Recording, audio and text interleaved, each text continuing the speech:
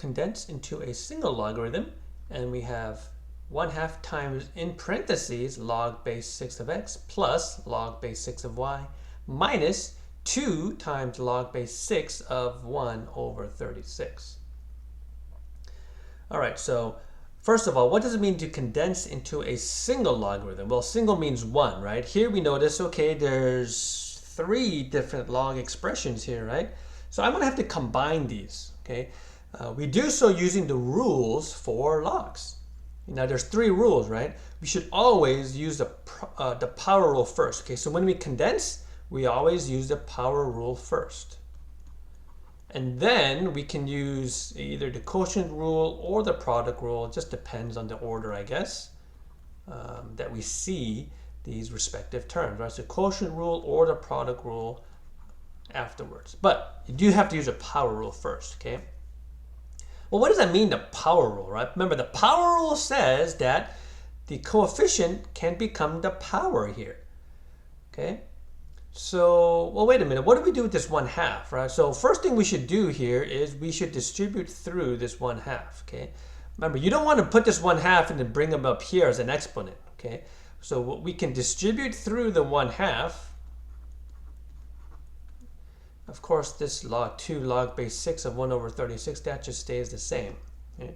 But now notice that each of these, right, each of these can become the exponent here, right, using the power rule. So this becomes log base 6 of x to the 1/2 plus log base 6 of y to the 1/2 minus log base 6 of 1 over 36 to the second power here.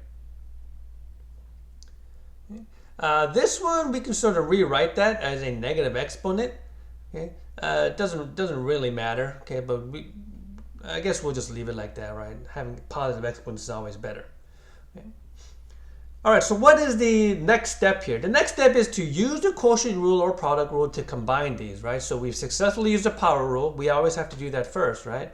So now, once again, a single logarithm, right? So this is what I like to do. I like to put it 1 log. We know that we're going to have a numerator and a denominator. So because this term is positive, the x to the 1/2 should go in the numerator. Because this log is positive, that expression should also go in the numerator. Check this out, right? This is a negative log, right? So this term should go in the denominator. So we get 1 over 36 squared. Okay?